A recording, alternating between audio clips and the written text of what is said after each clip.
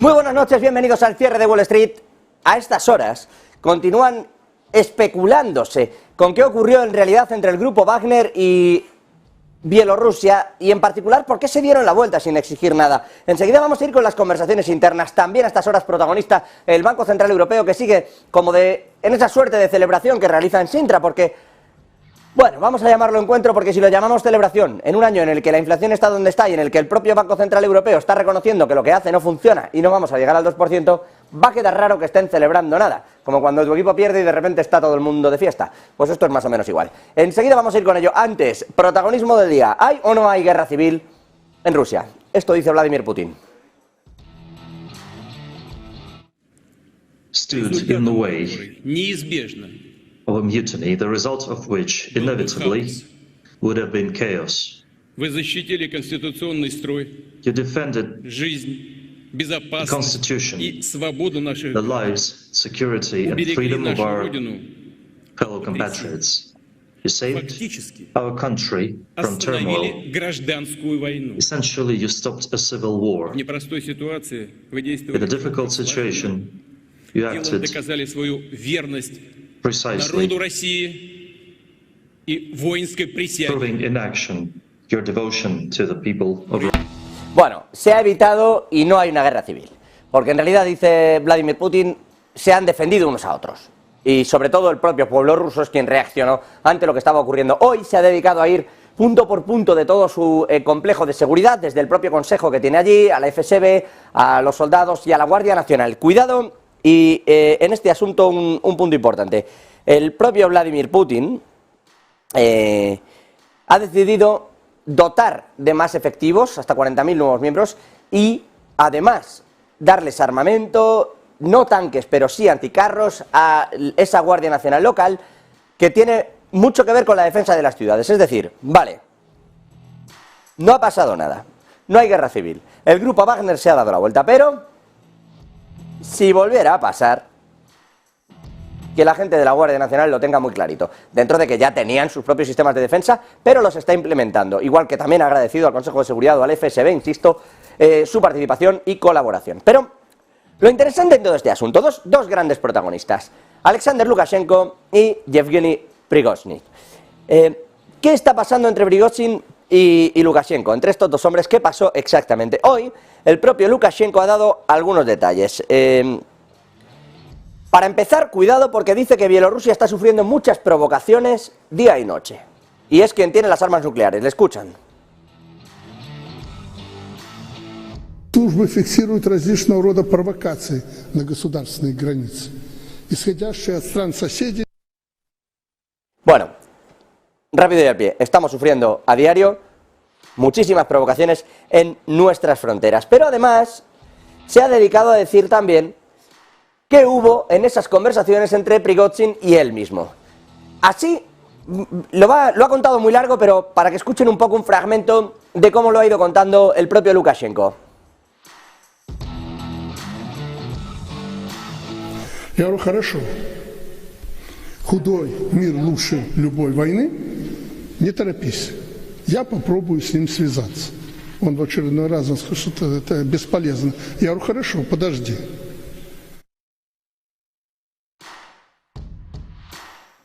Puso a los mandos de todo esto diciéndole, a ver, ¿dónde está Prigozhin? Que aquí vamos a todo esto. El sábado por la mañana, dice, a las 8, estaba recibiendo ya información alarmante sobre la situación. Alguien me dijo que en esos canales de Telegram, mensajeros y demás, gente del FSB y del Comité de Seguridad, le informaron de que Putin quería contactar con Prigozhin. A las 9:30 dijo que sería él quien hablara con Prigozhin en cualquier momento que fuera necesario. A las 10:10, hablaron sobre lo que estaba pasando Vladimir Putin y Alexander Lukashenko. Y dice Lukashenko que le pidió información sobre cómo quería contrarrestar este asunto, dice, y me di cuenta de que la situación era complicada. Que dice, eso sí, que ahí no iba a entrar más en detalle de qué pensaba Vladimir Putin, pero él va más allá. Dice, lo más peligroso, según tengo entendido, no era la situación en sí, sino cómo podría desarrollarse y las consecuencias. Eso fue lo más peligroso. Le sugerí a Putin, dice, que no se apurara. Hablaron con Prigozhin, con los comandantes, y él dijo, escucha, es inútil, ni siquiera con el teléfono, es que no quieren hablar con nadie. ¿Dónde está?, preguntó Lukashenko. ¿Dónde está Prigozhin? Le dijeron, en Rostov. Y entonces dijo, pues vuelve a contactarle. Le dicen, es inútil. Y dice él, bueno, yo creo que no es tan inútil. Él dice que está en el frente mejor que nunca, así que vamos a intentar hablar con él, porque no le irá tan mal entonces. Y veamos cuáles son sus quejas. Dice, lo más probable es que el servicio de seguridad tenga un teléfono, localizadlo, encontrad a Prigozhin y podemos hablar con él. Y entonces se ponen a hablar. Al mediodía, dice, ya estábamos haciendo, bueno, de mediadores entre Vladimir Putin y el propio Prigozhin. Y dice... bueno, él va hablando de todo esto y le dice que Prigozhin efectivamente quiere avanzar hacia Moscú porque no entiende lo que está haciendo el alto mando de la defensa. En particular Shoigu, pero algunos otros más.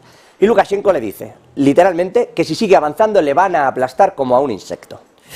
Dice que le da igual Prigozhin, que no está en su intención, y Lukashenko le dice una cosa interesante, que es que le dice, si matas a alguien, entonces no hay vuelta atrás. Si deliberadamente en un combate especialmente matas a un civil, no habrá vuelta atrás. En ese momento dice Lukashenko que es como consiguió convencer a Prigozhin, que se dio cuenta de que iba a haber un derramamiento y que prefirió darse la vuelta sin ningún tipo de exigencias. De hecho, a las 11 dice, ya estaban advertidos con Vladimir Putin de lo que iba a ocurrir, y dice que Prigozhin le decía, es que queremos justicia, porque quieren estrangularnos, quieren acabar con los Wagner y por eso estamos yendo a Moscú. Le dice Lukashenko esto que les comento, de que a mitad de camino será aplastado como un insecto, y dice, piensa, más allá de la euforia, tienes que meditar lo que estás haciendo, y dentro de todo este asunto, dice, cuando ya conseguimos hablar por segunda o tercera vez, le advertí, dice Lukashenko, estás listo para dar marcha atrás, pero que no haya derramamiento de sangre. Dice, porque si matas al menos a una persona, especialmente a un civil, no habrá negociaciones contigo y ni yo mismo volveré a hablar contigo. Esto es lo que dice Lukashenko, que, insisto, comentaba con Prigozhin.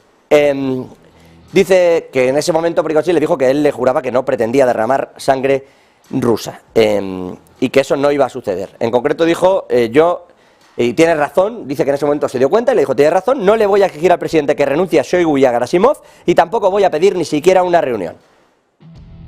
De repente vio la luz, según Lukashenko, en estas negociaciones, de repente pues, le dijo, no mates a nadie, que no hay vuelta atrás, y Prigozhin dijo, pues ya está. Esto es lo que está diciendo, insisto, la versión esta es la que está dando Lukashenko, que ha dado un speech larguísimo, les hemos seleccionado un poco esa conversación, cómo se ha ido dando. Pero no hay nada ni sobre qué se negoció con Vladimir Putin, ni, evidentemente, si se dijo algo más o no al propio Prigozhin. Pero al parecer Prigozhin le dijeron, oye, es que vas a matar a un ruso y la vas a liar, y Prigozhin dijo, entonces me doy la vuelta, que suena también raro. Todo, a pesar de las conversaciones y de cómo lo siguen trasluciendo uno y otro, sigue siendo muy extraño. Sobre todo porque dentro de todo esto, Prigozhin sí que está hablando del 41, que es ese golpe de Estado en el que se aprovechó la salida de Gorbachev a Crimea para intentar tomar el poder en el Kremlin.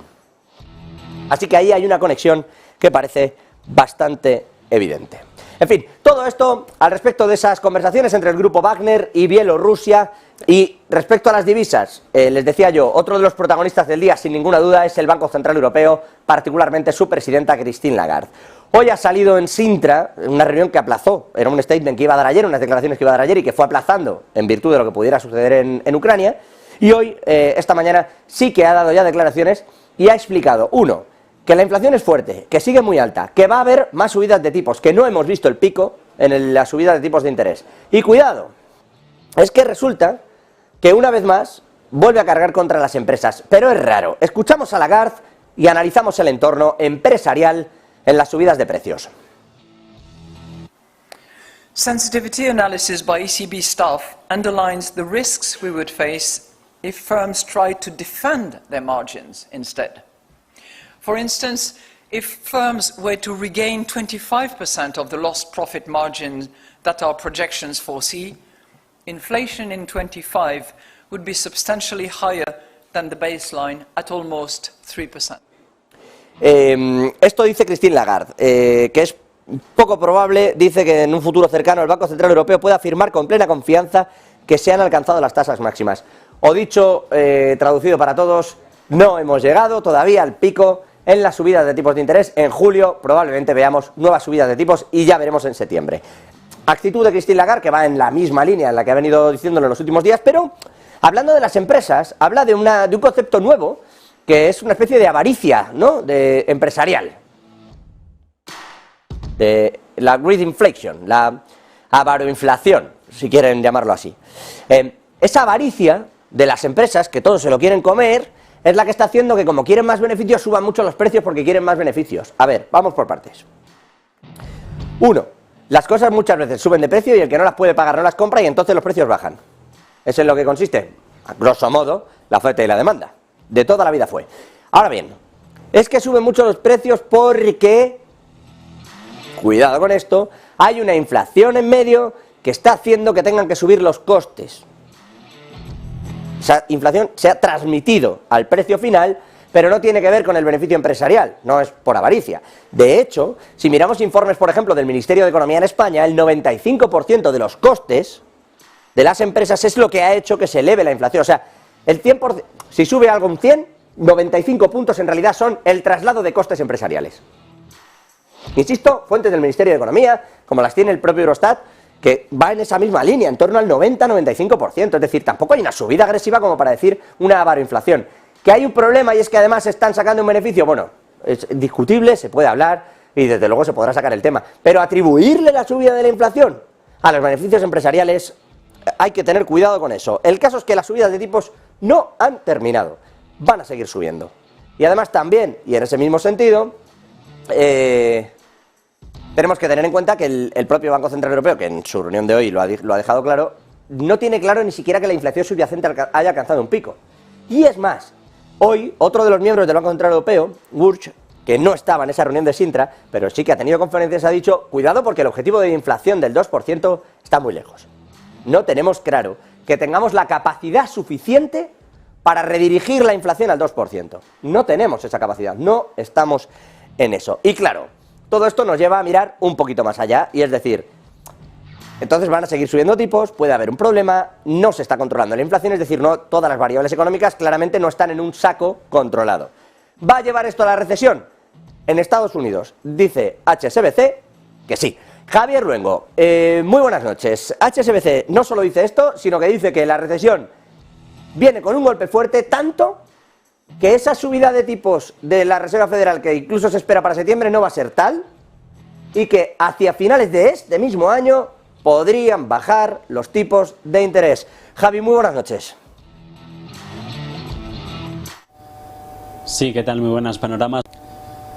Sí, ¿qué tal? Muy buenas panoramas. Sombrío el que les espera a las economías occidentales. Informe de mitad de ejercicio de HSBC Asset Management y no deja buenas perspectivas, sobre todo para Estados Unidos y para Europa. Washington entrará en recesión en el cuarto trimestre seguido de un año de contracción. Una contracción que podría arrastrar al conjunto de Europa por una debilidad económica que dicen desde la firma británica seguirá presente durante todo 2024. Alertas de recesión que para HSBC ya están parpadeando en rojo en las economías occidentales. Alto riesgo de recesión por una leve cesión de ganancias, lo que podría y tendría que hacer que los bancos centrales empezaran a reducir el endurecimiento monetario. En relación con este mismo asunto, con política monetaria, con subidas de tipos, se habla desde HSBC de una reserva federal con 2 subidas de tipos, 2 incrementos más hasta final de ejercicio. Apuesta porque el banco empezará a reducir tasa terminal, pivote, cuando termine 2023, aunque el Banco de Inglaterra y el Banco Central Europeo deberían seguir el mismo esquema, pero a principios del 2024. La clave en estos momentos que la recesión no llegue demasiado pronto para causar desinflación y por lo tanto les pille con el pie cambiado a los bancos centrales a la hora de poner en marcha sus cambios de política monetaria. Informe de perspectivas en la que sobre mercados financieros habla HSBC de unos inversores que no parecen estar valorando una visión particularmente pesimista del escenario. Se escapa de toda la recesión y de toda la desaceleración China e India, las 2 naciones más pobladas del planeta. De hecho, HSBC sobrepondera el mercado chino y dice sobre India que es la principal historia de crecimiento macro en 2023. Esto dicho HSBC. Sobre renta variable, hoy también ha revisado estrategia JP Morgan y dice rechazar eurozona, apostar por Reino Unido y por Suiza, aunque tampoco le parece mal la idea de irse a invertir en Japón. Bueno, gracias Javi, este es uno de los asuntos del día, si hay o no hay recesión aquí, y ya que estamos en Estados Unidos, Marta Vilar, ojo al detallito del día.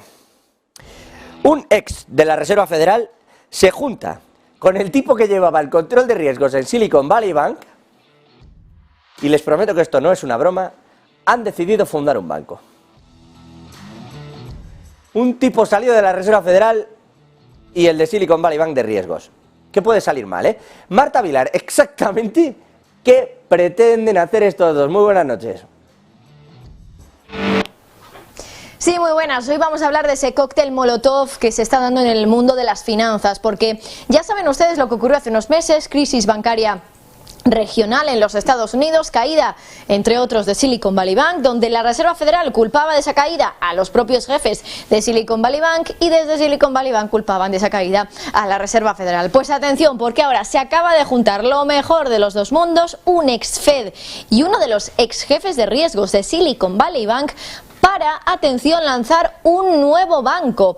Un banco que se va a llamar Currency Reserve y que básicamente no va a servir ni para dar préstamos ni para recibir depósitos. Simplemente va a servir para dar dólares en efectivo, porque consideran que hay una necesidad, a pesar de que desde luego el mundo actual se rige por las transacciones digitales que se producen en términos financieros. Bueno, pues a pesar de ello, un ex Fed y un ex jefe de riesgos de Silicon Valley Bank se ponen manos a la obra para crear este banco. Lo que sabemos de momento es que el ex Fed es concretamente el ex vicepresidente de supervisión de la Reserva Federal cuando Trump era presidente. Por cierto, esa persona lo que hizo fue retirar algunas de las medidas de restricción del mundo de las finanzas después de la crisis financiera, algo que muchos aseguran que podría ser uno de los motivos por los que se ha dado esta crisis bancaria regional ahora este año 2023. Y además lo que conocemos es que este ex jefe de riesgos de Silicon Valley Bank, que salió del banco, por cierto, en 2019, antes de que ocurriera nada, por supuesto, de esta crisis bancaria actual, nada, por supuesto, que tuviera que ver con ese colapso de Silicon Valley Bank. Bueno, pues este ex jefe de riesgos está metido de lleno en este proyecto del Currency Reserve. Proyecto interesante, también les decía, por la función que va a tener. No un banco tradicional, no un banco que dé préstamos ni que reciba depósitos, sino un banco que va a trabajar directamente con la Reserva Federal para conseguir dólares en efectivo para todo aquel que los necesite. Y aquí también entra en juego un factor fundamental, que es hasta qué punto esto es una puerta giratoria de manual, porque al final un ex Fed, un ex vicepresidente de supervisión de la Reserva Federal, está ayudando con su dinero, porque está siendo inversor, está ayudando con su dinero a crear un banco que en definitiva va a trabajar directamente con la Reserva Federal. De momento lo han solicitado, veremos si al final acaba haciéndolo. Desde luego, una de las últimas historias en torno al mundo financiero que supone todo un cóctel Molotov, porque aquí se juntan, confluyen la Reserva Federal, ex Fed, este ex miembro de la Fed, y un ex jefe de riesgos de Silicon Valley Bank. Gracias, Marta. Parece un chiste, la verdad. O sea, que el tipo que quita la supervisión en Estados Unidos, que luego lleva a la crisis bancaria, y el tipo que lleva los riesgos en Silicon Valley Bank, que acaba quebrando en una de las mayores quiebras de los Estados Unidos, monten un banco para darte dólares porque creen que hay falta de liquidez. Hombre, parece una broma, la verdad. Lo preocupante es que no lo sea, pero tiene todos los elementos para ser un chiste económico. Un poco pesado, pero ahí está. En fin, gracias, Marta. De la Reserva Federal vamos a seguir hablando. Javier del Valle, se van a quedar sin, bueno, poquito a poquito, se van quedando sin atributos, sin comodines, porque, bueno, van vigilando, la Reserva Federal va vigilando datos, uno de ellos es de la vivienda, y Javi, es que no termina de darles el gusto a la Reserva Federal, sigue la vivienda, bueno, pues enfrascada en sus cositas.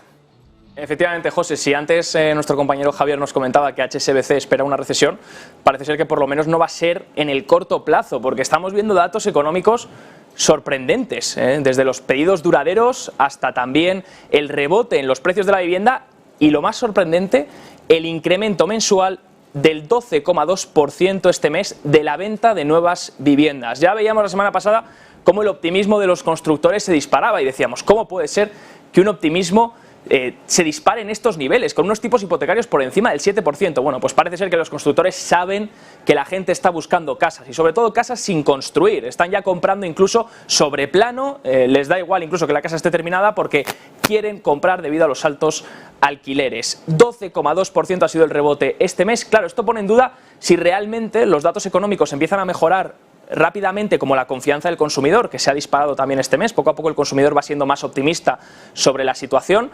También la venta de casas, también los pedidos duraderos. Si todo esto empieza a incrementar, la pregunta es si la Reserva Federal habrá terminado ya con la inflación. Recuerden, estamos pendientes de esa categoría de shelter, que si bien no hace nuevos máximos, y ya parece estar en la zona máxima de esa categoría, representa más de un 46% en el dato de CPI, en el dato del consumidor. Por lo que los inversores están vigilando muy de cerca si resulta que el CPI ya se ha desinflado tanto sin la categoría de shelter desinflándose, están esperando que esa sea la última categoría que realmente desinfle para conseguir llevar el CPI al entorno del 2%, al entorno donde lo quiere la Reserva Federal. La pregunta es si eso va a pasar por lo menos en el corto plazo. Está claro que con unos tipos hipotecarios al 7%, tarde o temprano el mercado se debilitará. Pero la pregunta es, ¿lo hará tan rápido como los inversores están esperando? Sorprendentes datos llegan hoy, José, y parece ser que HSBC va a tener que esperar para esa recesión tan esperada. Pero es que además, sorprendentes y muy al alza. O sea, si vemos el gráfico que están poniendo, si me permites, Javi... Ese es el de los precios, ¿eh, José? Sí, lo sé, pero que no deja de ser llamativo también, porque viene de muy abajo, del 22, y no es que se esté moderando un poquito, es que se está disparando. Quiero decir, bueno, de hecho ha sido el mayor incremento mensual de precios, nos tendríamos que remontar hasta inicios de 2022 para ver un incremento así de precios. Entonces, bueno, pues parece ser que en cuanto ya parece que llegan buenas noticias al mercado, como que la Fed estaría cerca de esa tasa terminal y de que la recesión no llega, pues parece ser que el consumidor se está volviendo a recalentar, está volviendo a consumir y esto podría traer, bueno, habrá que ver las expectativas de inflación futuras, ¿no? Si empiezan a repuntar. Habrá que verlo. Les decía yo antes también que tratábamos de escuchar a Sergei Lavrov, hemos tenido ahí un problemilla y hemos escuchado también a China. Enseguida vamos a ir con esa representante china también y analizar un poquito ese asunto de espionaje que comenta. Pero volviendo a Lavrov y a Rusia y a China, dice Sergei Lavrov, a ver si podemos escuchar al ministro exterior ruso, que pueden aguantar el tipo frente a Occidente en lo que se refiere a ser una alternativa económica.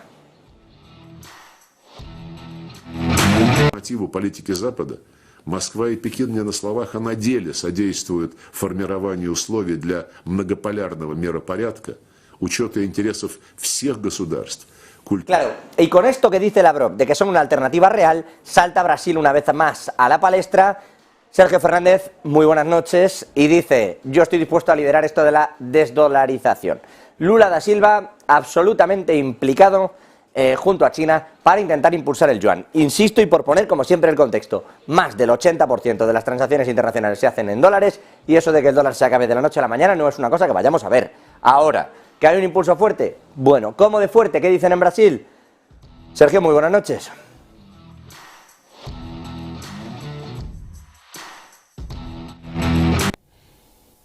Muy buenas noches. Pues con la cumbre de los BRICS a la vuelta de la esquina, va a tener lugar en poco más de un mes. Ya hay un país que está dando un paso al frente, no es otro que Brasil, que está preparado para impulsar mayores esfuerzos en torno a la desdolarización. Además, el presidente brasileño Lula da Silva ha dicho que está preparado para impulsar la agenda de una moneda BRICS en la reunión de los líderes de esta alianza que va a tener lugar en el mes de agosto. Da Silva ha sido franco en su deseo de aumentar la desdolarización. De hecho, ha hablado sobre la reducción de la dependencia del dólar estadounidense y de Occidente en general. Además, alternativamente, ha dicho que las discusiones seguramente incluirán un discurso sobre una moneda BRICS en desarrollo para este bloque BRICS, que ha abrazado firmemente una menor dependencia de Occidente en los últimos meses. De hecho, el colectivo ha establecido el comercio con monedas nacionales al tiempo que sigue disminuyendo la presencia del billete verde a escala internacional. Sin embargo, la próxima reunión de los líderes del bloque podría impulsar estos esfuerzos a otro nivel, al siguiente nivel. Ahora, en la próxima cumbre de los BRICS, se informa que Brasil ya está listo, ya está preparado para impulsar mayores esfuerzos en torno a la desdolarización. Según las informaciones recientes, Lula da Silva está preparado para discutir este asunto en este evento, específicamente buscando la continuación de la transición a las monedas nacionales. Da Silva ha sido quizás el líder más enérgico que más se ha plantado en contra del dólar, a favor de la desdolarización en los últimos meses, y que más abiertamente está buscando provocando este escenario. A principios de este año, de hecho, ya expresó su apoyo a una moneda comercial de los BRICS y ha pedido que el bloque adopte su propia identidad y continúe la transición para alejarse del dominio occidental. Ya ha llegado a acuerdos con Argentina, está desde luego planteando mucha batalla con Mercosur y está siendo, dentro de estos líderes de esta alianza de los BRICS, el que da un paso al frente, el que apuesta más por la desdolarización y además por crear una moneda común para los BRICS. Gracias, Sergio. Y ahora sí, cerrando el bloque, escuchábamos antes que lo maltraía un servidor a sus pantallas. Secretaría del Ministerio de Exteriores de China. Estamos hartos de difamaciones y somos víctimas, dicen, de operaciones de espionaje. 中国是间谍活动的受害者，我们一贯坚决反对间谍活动。我们希望有关方面能够停止毫无根据的抹黑中国。 Que dejen de difamar a China, que China no está espiando a nadie, etcétera, etcétera. Bueno, pues esto, como siempre, al gusto de cada uno. Lo que está claro es que China se ha cansado de esa parte en la que una y otra vez cargan contra ellos, entre otras muchas cosas porque es verdad que públicamente al menos ellos no lo hacen igual. Y están un poquito, como ven, cansados de ese juego que se trae particularmente Estados Unidos. Bien, es verdad que Estados Unidos dirá que interceptó aquel globo, que no se sabe qué era, que sí se sabe, que sí era espía y que sí todo lo demás, ya saben ustedes. Pero a partir de ahí, relación absolutamente fría y más cuando Joe Biden, un presidente de los Estados Unidos, no solo es que llamara dictador a Xi Jinping, insisto, más allá de los pensamientos de cualquiera, diplomáticamente es un golpe, sino que además dijo, me he limitado a reseñar un hecho. Con ese tipo de cuestiones, como ven, bueno, pues el Ministerio de Exteriores de China, era evidente, no iba a estar para nada en la misma línea. Hasta aquí la parte de noticias del día.